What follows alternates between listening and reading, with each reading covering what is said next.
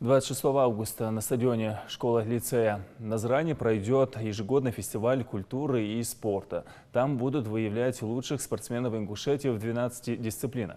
Это будут легкая атлетика, армспорт, перетягивание каната, борьба на поясах, лазание по канату, передвижение на ходулях, перенос тяжести на дистанцию, стрельба из лука, поднятие тяжести, силовое троеборье, прыжковое двоеборье, мини-футбол. Сильнейшие войдут в состав команды, которая отправится на окружной фестиваль в соседний регион. Центром проведения этого широкомасштабного спортивного события на 2 дня с 30 августа сентября по 1 октября станет стадион «Спартак» в Владикавказе.